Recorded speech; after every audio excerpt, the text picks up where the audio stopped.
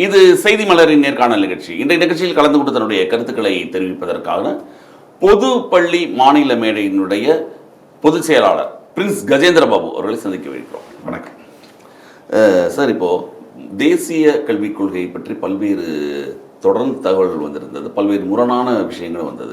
தமிழகத்தை பொறுத்த வரைக்கும் நம்ம இந்த மும்மொழி கொள்கையை ஏற்க மாட்டோம் அப்படிங்கிறதுல மிகப்பெரிய ஒரு குறிப்பாக இருக்குது.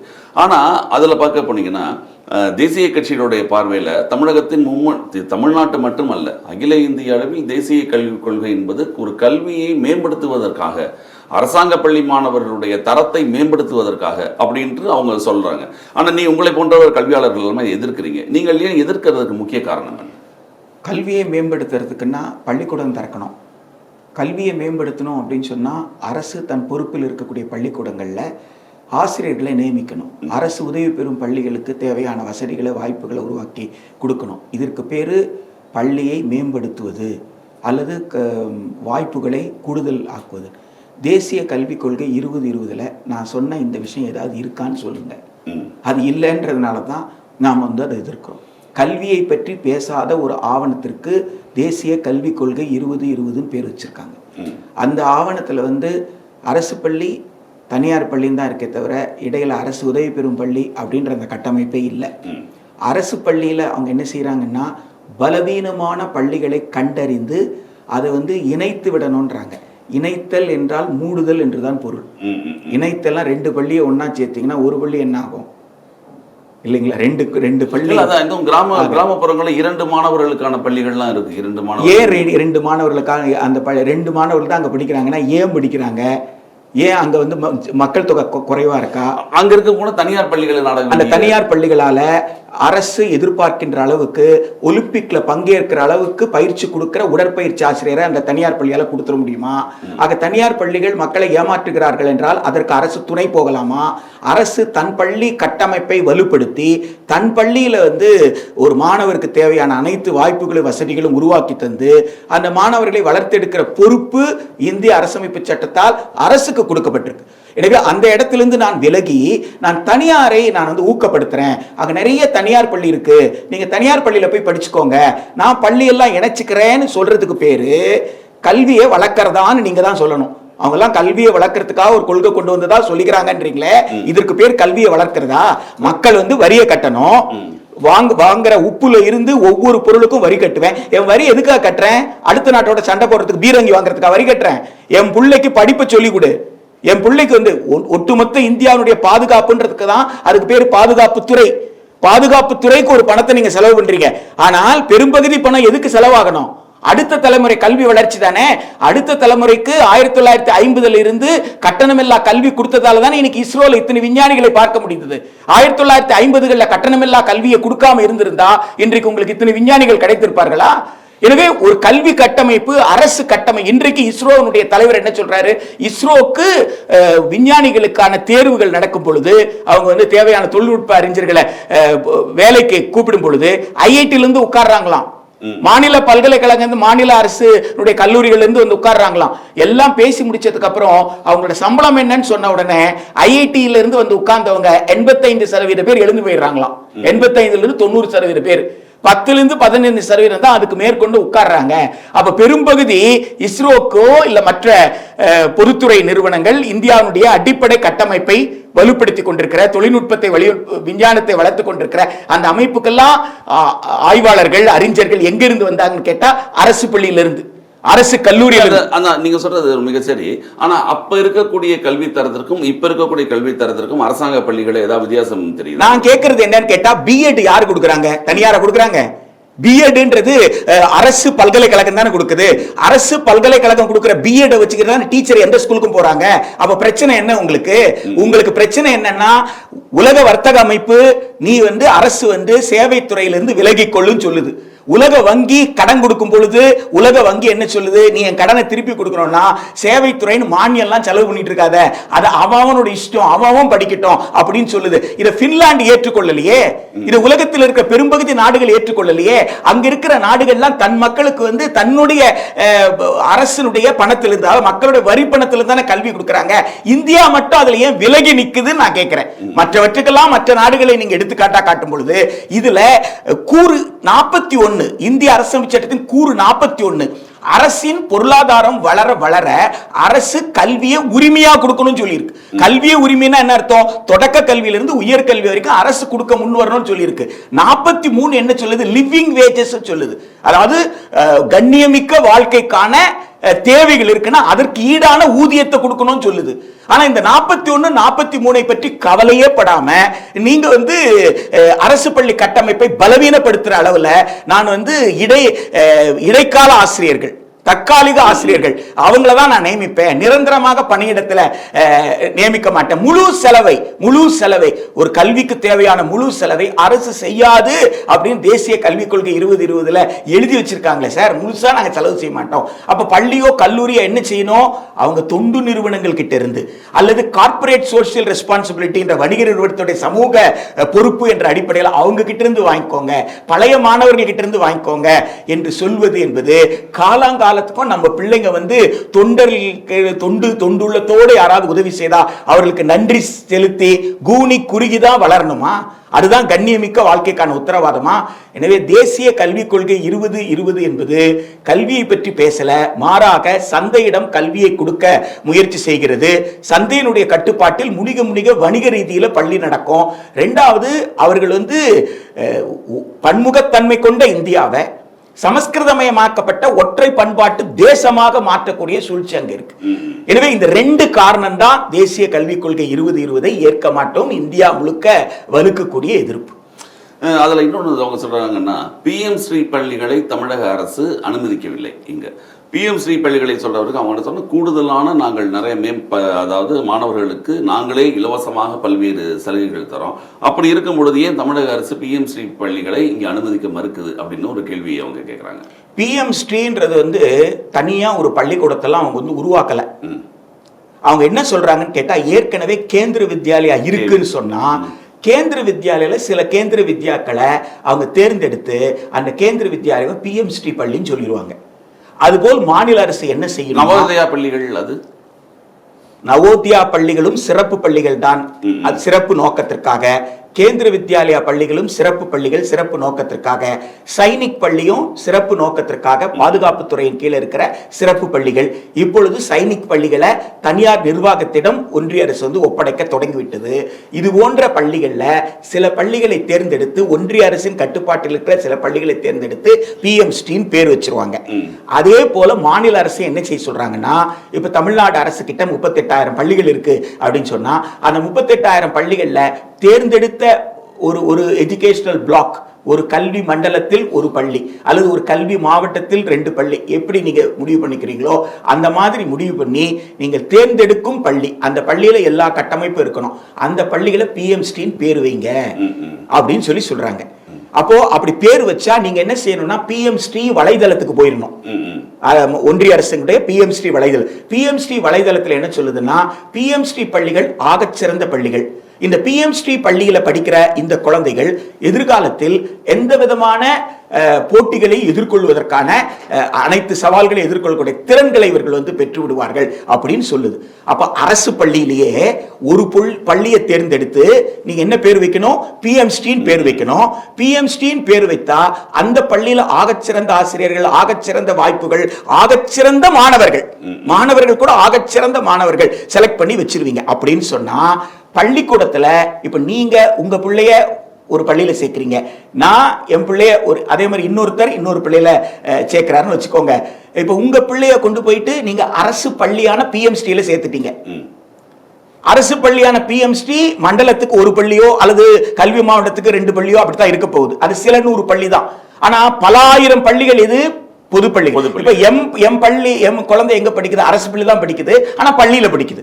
இப்ப என் பிள்ளை கேட்காதா, ஏன்பா ஆகச்சிறந்த பள்ளியாச்சு அது, அந்த பள்ளியில என்னை ஏன் கொண்டு போய் சேர்க்கல? அப்ப என் குழந்தைக்கு தாழ்வு மனப்பான்மையோடு வளராதா? அப்ப நீங்களே உங்க வலைதளத்தில் என்ன சொல்றீங்க? அரசு பள்ளியில் எல்லா பள்ளியிலையும் நாங்க சமமான கற்றல் வாய்ப்பை கொடுக்க மாட்டோம்னு சொல்றீங்க. அது இந்திய அரசமைப்பு சட்டத்தின் கூறு 14க்கு எதிரானது இல்லையா? Right to equality. கூறு 21 கண்ணியமிக்க வாழ்க்கைக்கான உத்தரவாதம் கொடுக்குதே. அத வாழ்வுரிமை என்றால் கண்ணியமிக்க வாழ்வுரிமை, கண்ணியமிக்க வாழ்க்கைக்கான உரிமை. அந்த உரிமைக்கு எதிராக ஒரு குழந்தைக்கு தாழ்வு மனப்பான்மை, ஒரு குழந்தைக்கு உயர்வு மனப்பான்மை என்கின்ற வகையில குழந்தை பருவத்திலேயே ஒரு உளவியல் சிக்கலோடு குழந்தைகளை வளரச் செய்வது என்பது நியாயமா? இல்ல இப்பவே நீங்க தனியார் பள்ளிகளுக்கும் அரசு பள்ளிகளுக்குமான தூரம் அப்படித்தானே இருக்கு. அதுதான் நான் சொல்றேங்க, தனியார் பள்ளிக்கும் அரசு பள்ளிக்கும் வித்தியாசம் இருக்கிறதுனால அரசு பள்ளியிலே அந்த பாகுபாடை கொண்டு வந்துடுறோன்றீங்க. பாகுபாடு ஏன்? அரசு தனியார் செய்வதை அரசாங்கமே செய்ய, அதாவது அரசு பள்ளிக்கும் தனியார் பள்ளிக்கும் பாகுபாடு இருக்கு, அரசு பள்ளிக்குள்ளேயே பாகுபாடை கொண்டு வருகிறேன் என்று அரசே சொல்லுகிறது என்றால் சத்தியப்பிரமாணம் அரசமைப்பு சட்டத்தின்படி நடப்பேன், அரசமைப்பு சட்டத்தின்படி நிர்வகிப்பேன் சத்தியப்பிரமாணம் எடுத்துக்கிட்டு சத்தியப்பிரமாணம் எடுத்துக்கொண்ட அரசே பாகுபாடு கொண்ட கல்வி கட்டமைப்பை நான் கொடுப்பேன் என்று சொல்வது, அவர்கள் எந்த அரசமைப்பு சட்டத்தின் மீது சத்தியப்பிரமாணம் எடுத்துக்கொண்டார்களோ, எந்த அரசமைப்பு சட்டத்தை நடைமுறைப்படுத்துவேன் என்று சொன்னார்களோ அந்த அரசமைப்பு சட்டத்தின் சமத்துவ கோட்பாட்டுக்கு எதிராக இல்லையா? அப்போ அரசமைப்பு சட்டத்தின் சமத்துவ கோட்பாட்டுக்கு எதிராக, அதுவும் ஒன்றும் தெரியாத குழந்தை பருவத்தில் இருக்கிற மாணவர்கள், இன்னசென்ட் பீப்புள் சொல்றமே, ஒன்றுமறியா குழந்தை பருவ மாணவர்களுக்கு 75 ஆண்டுகள் ஆன பிறகு கூட இன்னும் அரசின் பொருளாதாரம் வளரவே இல்லையா சார்? அரசின் பொருளாதாரம் மேம்படவே இல்லையா? 1949 நவம்பர் 26 அரசமைப்பு சட்டம் கையெழுத்தாச்சு. அன்றைய தேதியில நாடு எப்படி இருந்ததோ அப்படித்தான் இருந்தது. 2014 இருந்து 2025 வரைக்கும் பொருளாதாரத்தில் இந்தியா வளரவே இல்லை, இன்னும் பின்தங்கிதான் இருக்கு. இன்னும் 2014 இருந்து 2025 வரைக்கும் இந்திய அரசால் சமமான கற்றல் வாய்ப்பை அரசு பள்ளியில் கூட கொடுக்க முடியாதுன்னு சொல்றீங்களா? அதுதானே நீங்க சொல்றதுக்கான பொருளாக இருக்கு. எனவே சமத்துவ கோட்பாட்டுக்கு எதிராக இருக்கக்கூடிய ஒரு PMC பள்ளியை எப்படி ஏற்க இயலும் என்பதுதான் நாம கேட்கறது. என்னன்னா, ஒரு பள்ளி என்று சொன்னால் அந்த பள்ளியில என்னென்ன கட்டமைப்பு இருக்கணுமோ அந்த கட்டமைப்பு அனைத்து பள்ளியில் இருக்கணும் அப்படின்னு சொல்றோம். இது எந்த வகையில ஏற்க முடியாத ஒரு கோரிக்கை என்பதை தான் நீங்க சொல்லணும். இது இந்த மும்மொழி கொள்கையை பற்றி ஒரு கேள்வி என்னன்னா, அரசு தனியார் பள்ளிகளில் நமக்கு தெரிந்த அனைத்து பள்ளிகள்லையும் 3 மொழி கொள்கை தான் இருக்குன்னு நினைக்கிறேன். நம்ம தனியார் பள்ளி மெட்ரிகுலேஷன் ஸ்கூல்லையும் CBSE எல்லாத்துலையும் இருக்கு. இப்போ அரசாங்க பள்ளியில் இருக்கக்கூடிய மாணவர்களுக்கும் இது போன்ற ஒரு 3வது மொழி கற்பது என்பது அவர்களுடைய வாழ்க்கைக்கு தானே உதவும் அப்படின்ற அவங்களுடைய ரெண்டு கோணத்திலிருந்து இந்த கேள்வியை நீங்க அணுகணும். ஒன்று, CBSE பாடத்திட்டத்தை கொடுக்குது, CBSE பாடத்திட்டத்தின் பள்ளிகள் இயங்குது, மாநில அரசு பாடத்திட்டப்படி ICSE பாடத்திட்டத்தின் படி, இப்படித்தான் பிரிக்க முடியும் நீங்க. அப்ப CBSE பாடத்திட்டத்தின் படி பள்ளிகள் இருக்குன்னா 1ஆம் கிளாஸ்ல இருந்து 5ஆம் கிளாஸ் வரைக்கும் CBSE இருமொழி கொள்கை தான். சரியா? 9ஆவதுல இருந்து திருப்பியும் 9, 10க்கு இருமொழி கொள்கை தான். நடுவில் அந்த ஒரு 6, 7, 8க்கு மட்டும்தான். சரிதானா? ஆக உத்தரப்பிரதேஷ் உள்ளிட்ட எந்த மாநிலத்திலும் ஹிந்தி ஆங்கிலம் தவிர 3வது மொழி என்பது 1ஆவதுல இருந்து 5ஆவது வரைக்கும் யாரும் படிக்கல. இந்தியா முழுக்க எங்கேயுமே மும்மொழி கொள்கைன்ற ஒரு விஷயமே கிடையாது அப்படின்றதுதான் உண்மை. குழந்தை பார்வையிலிருந்து இதை பாருங்க. ஆக இந்த வாதம் இருக்குல்ல, தனியார் பள்ளியில செய்யறாங்க, அரசு பள்ளியில இல்ல, அரசு பள்ளியில படிக்கிற மாணவர்கள் தான் பாதிக்கப்படுறாங்க அப்படின்னு சொல்ற அந்த வாதம் நியாயமற்ற வாதம். இந்தியா முழுக்கவே 1ஆம் வகுப்பிலிருந்து 5ஆம் வகுப்பு வரை மும்மொழி கொள்கை என்பது இல்லை, இன்றைய தேதி வரைக்கும் இல்லை. நீங்க தேசிய கல்விக் கொள்கை 2020 தான் அதை பற்றி பேச தொடங்கி இருக்கிறீங்க அப்படின்றதுதான் உண்மை. குழந்தை பார்வையிலிருந்து பாருங்க.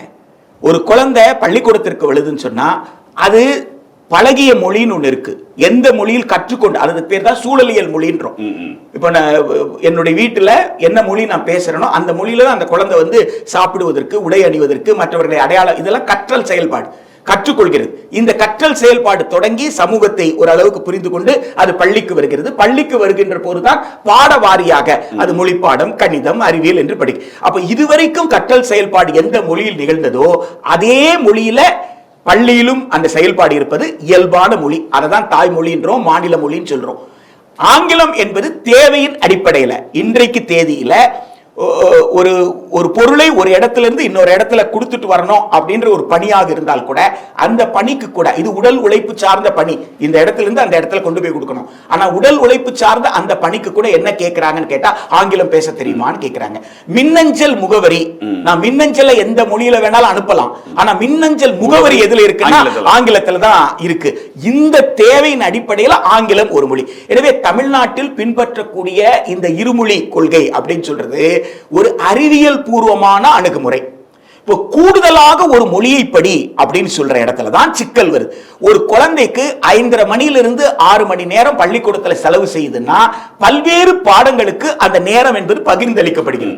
அப்ப அந்த குழந்தை விளையாட்டிலேயோ இப்போ நீங்க செயற்கை நுண்ணறிவு காலம்னு சொல்லும் பொழுது அப்ப கணினி குறித்த அறிவு அந்த குழந்தைக்கு வேண்டாமா? அப்ப அந்த கணினி குறித்த பாடம், கணினி அறிவியல் பாடம் அந்த குழந்தைக்கு கற்றுத்தர வேண்டாமா?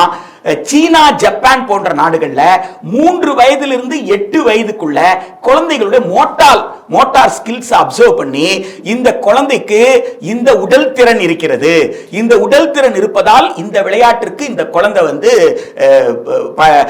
ஆர்வத்தை அதிகப்படுத்திக் கொள்ளலாம் சொல்லி அந்த குழந்தையினுடைய ஆர்வம், அந்த குழந்தையினுடைய உடல் திறன், இது ரெண்டையும் வைத்து அவர்கள் பயிற்சி கொடுக்க ஆரம்பிச்சிடறாங்க. 3 வயசுல இருந்து 8 வயசு கூட அடையாளம் கண்டுறாங்க.